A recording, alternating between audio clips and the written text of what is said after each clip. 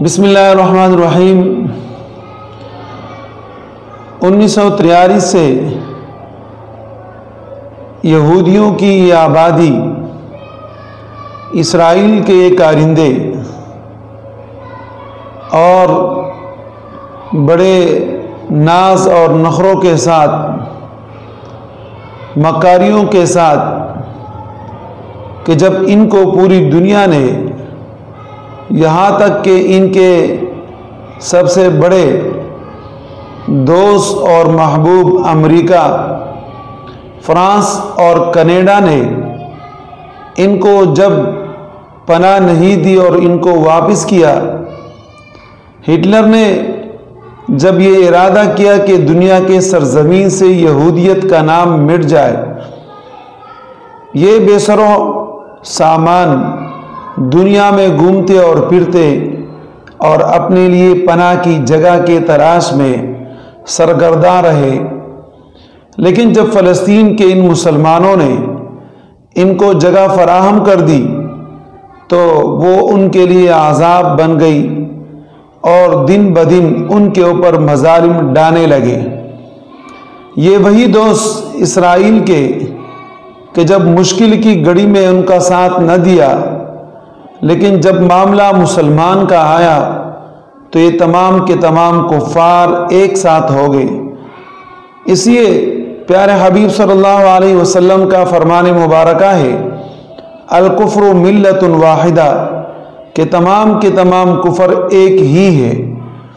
اور اسی لیے اللہ رب العزت نے قرآن کریم میں ارشاد فرمایا یا ایھا الذین آمنوا لا تتخذوا اليہود والنصارى اولیاء، کہ یہود اور نصارہ کو دوست مت بنائیے۔ اس لیے اللہ رب العزت نے ان بنی اسرائیل کے متعلق کہ جب انہوں نے اولیاء اللہ کو قتل کیا، انبیاء علیہ السلام جو صرف اور صرف انسانیت کے اصلاح کے لیے اور لوگوں کو ایک دوسرے کے بھائی بنانے کے لیے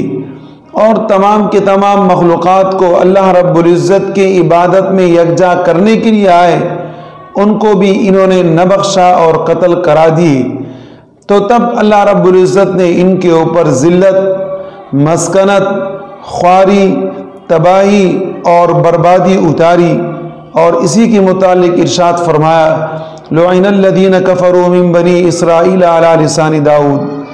آج جو ان کی اسرائیل والی سلطنت ہے تو دیکھا جائے یہ اسرائیل کی سلطنت نہیں، اسی کہ اللہ رب العزت نے